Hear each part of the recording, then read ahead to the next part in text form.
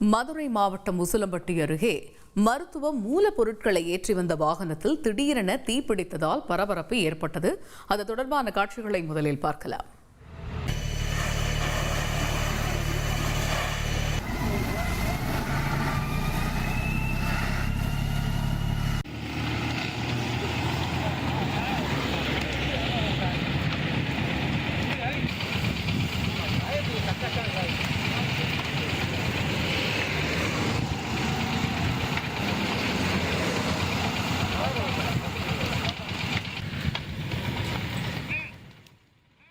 கூடுதல் விவரங்களை செய்தியாளர் சதீஷ் முருகன் வழங்க கேட்போம். சதீஷ், வணக்கம். இப்ப இந்த தீ விபத்தினுடைய சேத விவரங்கள் என்ன?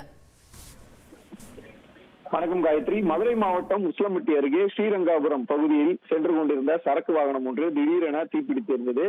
இதனை அடுத்து வாகனத்தில் இருந்த ஓட்டுநர் சாதிக் என்பவர் வாகனத்தில் இருந்த மருத்துவ மூலப்பொருட்கள் சிலவற்றை மட்டும் இறக்கி வைத்துக் கொண்டிருந்த பொழுது தீ மலமளவென பரவி வாகனம் முற்றிலும் எரிந்து சேதமடைந்தது. இதனுடன் மருத்துவ மூலப்பொருட்களும் எரிந்து சேதமடைந்திருக்குங்க. இந்த விபத்து குறித்து தகவல் இருந்து வந்த உசிலம்பட்டி தீயணைப்புத்துறை வீரர்கள் உடனடியாக வாகனத்தை நீரை பீசி அடித்து வாகனத்தில் தீயை அணைத்தனர். அதற்குள்ளாக வாகனம் முற்றிலுமாக எரிந்து சேதமடைந்தது.